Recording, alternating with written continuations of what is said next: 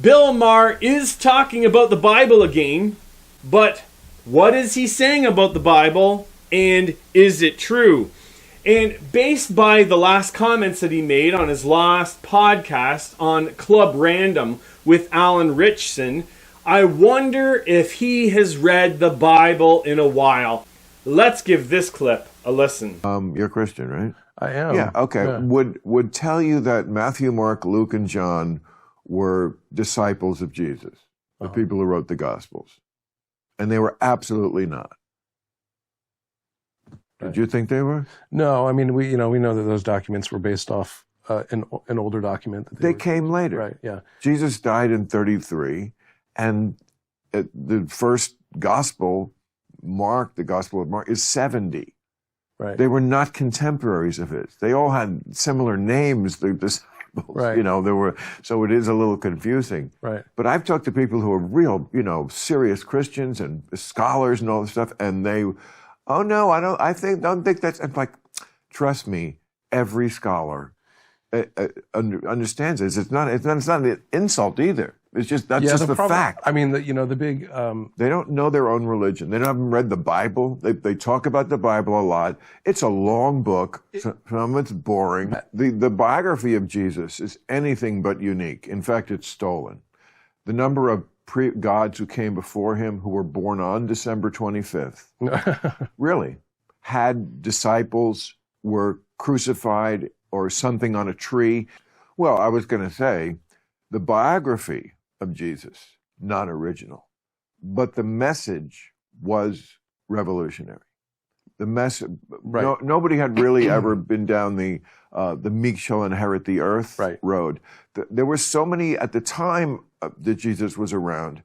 If he lived, that is still an open question. He could not have been actually a historical figure, but probably was. I want to tackle really two issues. First, that none of the scholars believe that the gospel writers were eyewitnesses, and the next, that the story of Jesus is not unique. First, let's talk about scholars not believing that the gospel writers were eyewitnesses of Jesus. I just got a couple of commentaries here written by scholars of people who think the gospel writers were eyewitnesses. For instance, let's look at the Gospel of Matthew. Here we have David Turner, who got a PhD from the Hebrew Union College. That is a scholar.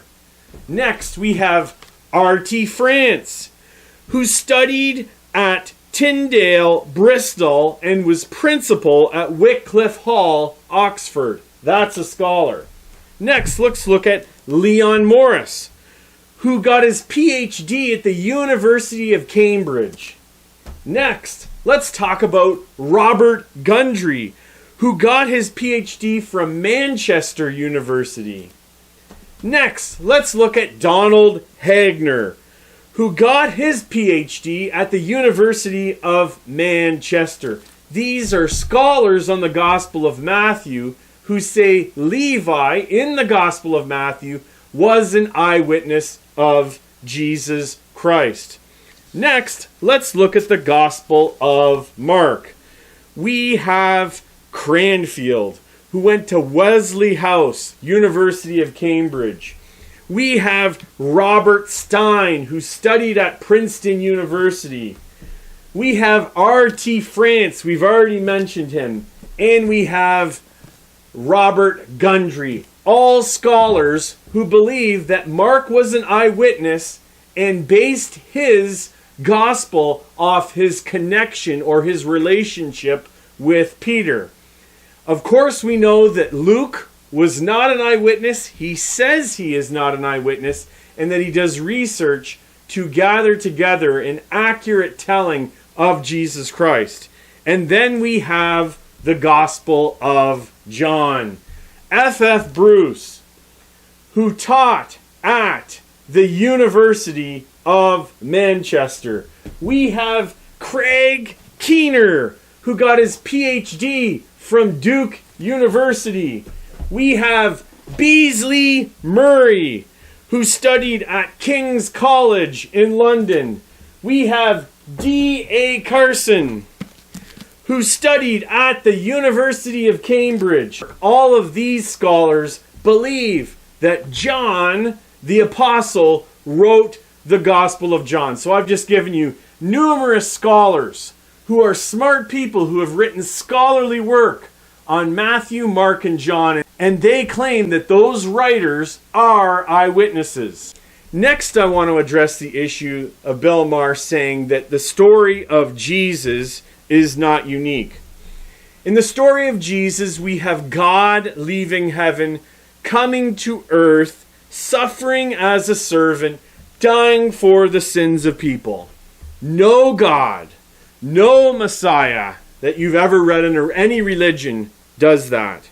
No Messiah or God takes the punishment of people so that his people, the people who believe in him, can have everlasting life and forgiveness of sins. I think of Romans 5:8. God shows his love for us in this: while we were sinners, Christ died for us. God comes to us in the person and work of Jesus Christ, and he shows love, and God saves. All the other religions teach you have to do stuff. You have to follow their ways in order to please God. But Jesus Christ, he comes and dies for us, shows his love so that we could be welcomed into the kingdom of heaven. Jesus is unique, and his love is amazing. There is nothing unoriginal about Jesus Christ. God comes in human form, dies for sinners. Thanks for watching, and God bless.